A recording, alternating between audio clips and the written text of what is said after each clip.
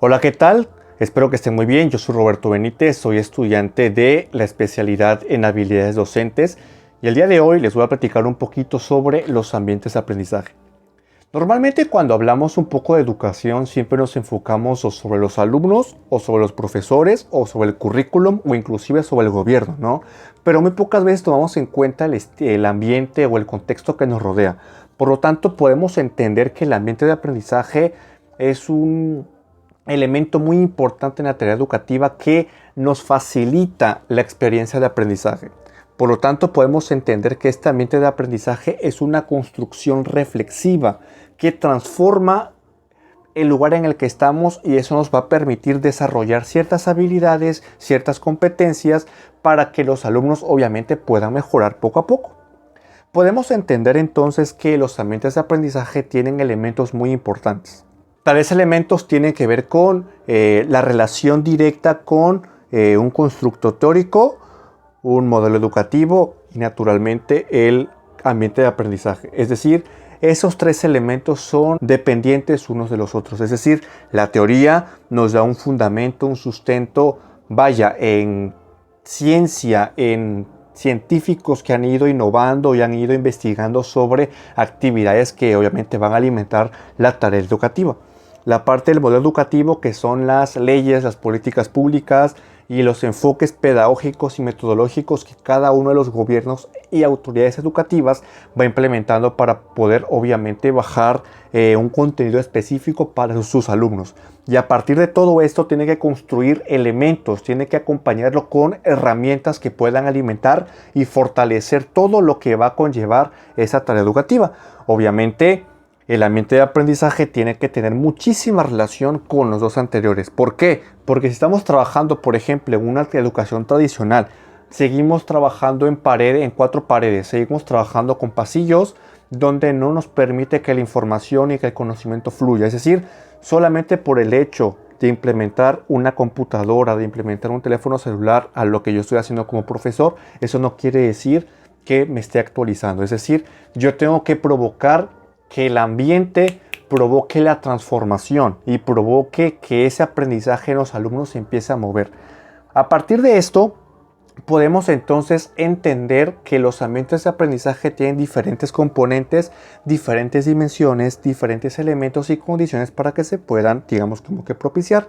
Por lo tanto, de forma muy general, podemos tener tres características importantes. La primera tiene que ver con el aprendizaje presencial o el aprendizaje formal, ¿no? Que tiene que ver más con la escuela. Tenemos el aprendizaje real, que tiene que ver con la experiencia y con lo que hacemos día a día en la práctica o en el campo fuera de un aula. Y la tercera tiene que ver con el aprendizaje digital, que tiene que ver con la utilización de medios tecnológicos o medios móviles para poder, digamos, como que llevar la información o la educación de un lugar a otro. Esto, por ejemplo, va provocando que actualmente tengamos diferentes teorías y constructos que nos van a alimentar la tarea educativa. Una de ellas tiene que ver con la educación expandida. La educación expandida, en pocas palabras, vendría siendo una modalidad de educación donde se combina la parte formal y la parte informal. Y esto va a propiciar que el aprendizaje sea permanente. ¿Cómo se apoya la educación expandida? Se apoya con el uso y la implementación de medios tecnológicos. ¿Qué quiere decir esto? Que todo lo que yo aprenda en una escuela o todo lo que yo aprenda de forma formal, vaya la redundancia, yo lo pueda trasladar al campo, lo pueda trasladar a la realidad y obviamente pueda yo hacer consciente esa información que yo tengo. La parte informal tiene que ver con la información que yo no adquiero directamente de la escuela. Es decir, hay información relevante que yo puedo obtener, por ejemplo, de YouTube, por ejemplo, de Facebook, por ejemplo, con interacción con mis compañeros. Eso tiene que ver con esta expansión del conocimiento, que también cada uno de nosotros genera un tipo de ecosistema de aprendizaje. O sea, nos vamos relacionando con muchas personas y el aprendizaje ya no es estático, ya no es como que del profesor al alumno, sino que el alumno solo puede empezar a construirlo. La única diferencia es que la educación formal sí te otorga un título profesional. La educación informal simplemente queda en esa parte empírica, pero no porque sea empírica deja de ser importante. Segundo elemento importante que parte de esta educación expandida tiene que ver con el aprendizaje ubicuo. Este aprendizaje se considera que es omnipresente, es decir, que se puede dar en cualquier lugar y en cualquier momento. Está guiado por las herramientas digitales. Por lo tanto, un alumno puede, digamos, como que determinar qué quiere aprender, dónde lo quiere aprender y por qué lo quiere aprender.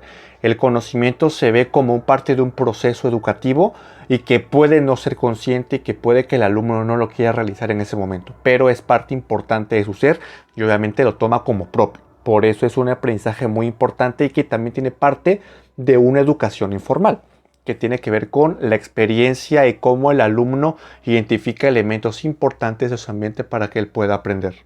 Dicho lo anterior, podemos concluir entonces que los ambientes de aprendizaje deben de ir relacionados obviamente con el tipo de modelo educativo que vayamos a presentarnos.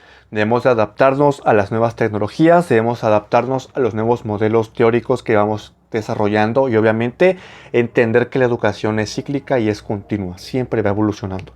Espero que estén muy bien y que este video haya sido de su agrado. Les envío un cordial saludo. Hasta luego.